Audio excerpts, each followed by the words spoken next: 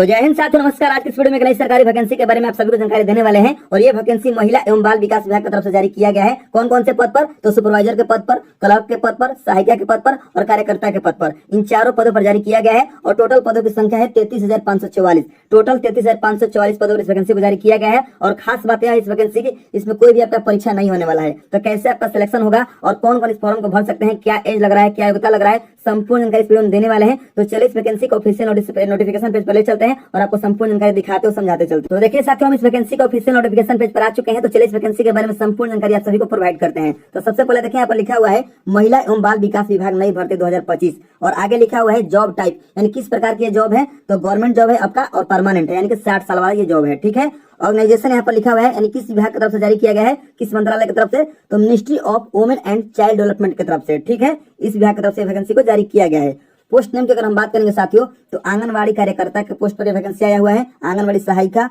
आशा सहयोगिनी और आंगनवाड़ी पर्यवेक्षक यानी कि सुपरवाइजर, कितना कितना पद आया हुआ है। तो देखिए, आंगनवाड़ी कार्यकर्ता के लिए 13,681 पद आया हुआ है। आंगनवाड़ी सहायिका के लिए 8,383 पद आया हुआ है। आशा सहयोगिनी के लिए 4,052 सीट आया हुआ है और आंगनवाड़ी पर्यवेक्षक के लिए यानी कि सुपरवाइजर के लिए 7,428 पदों पर यह वैकेंसी जारी किया गया है। ठीक है।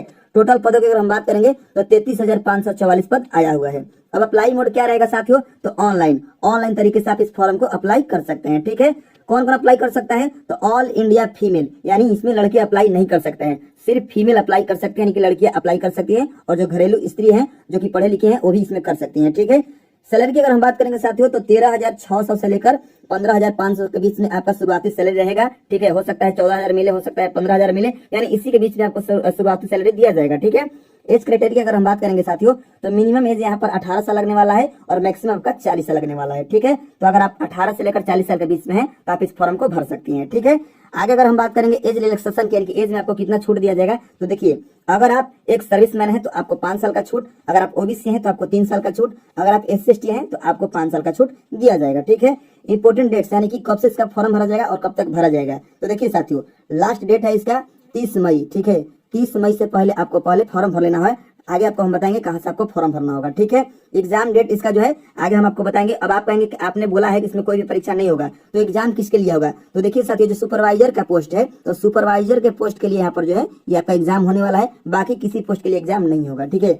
एप्लीकेशन फी की अगर हम बात करेंगे तो 500 रुपए आपका जनरल कैटेगरी, ओबीसी और ईडब्ल्यूएस के लिए 500, SC/ST एंड PWD के लिए 250 रुपए। ठीक है। पेमेंट मोड में आपका ऑनलाइन तरीके से आप पेमेंट कर सकते हैं। आगे बढ़ते हैं। एजुकेशन क्वालिफिकेशन की अगर हम बात करेंगे तो देखिए साथियों, अगर आप आंगनवाड़ी पर्यवेक्षक यानी कि सुपरवाइजर के पोस्ट के लिए अप्लाई करेंगे तो आपको 12th पास होना जरूरी है। वहीं अगर आप आंगनवाड़ी सहायिका के पोस्ट के लिए अप्लाई करेंगे तो आपको अगर 5वीं पास भी है, सिर्फ आप 5वीं पास करके आए हैं तो आप जो है इस फॉर्म को भर सकते हैं। सहायिका के लिए, सहायिका का कुछ ज्यादा काम नहीं होता है, इसीलिए इसमें 5वीं पास रखा गया होता। आंगनवाड़ी कार्यकर्ता यानी कि वर्कर के लिए 10th पास होना जरूरी है। आशा सहयोगिनी के लिए 8वीं पास होना जरूरी है। तो ये आप देख लीजिए शैक्षिक योग्यता, अगर आप इसमें पास हैं तो आप इस फॉर्म को भर सकती हैं। ठीक है।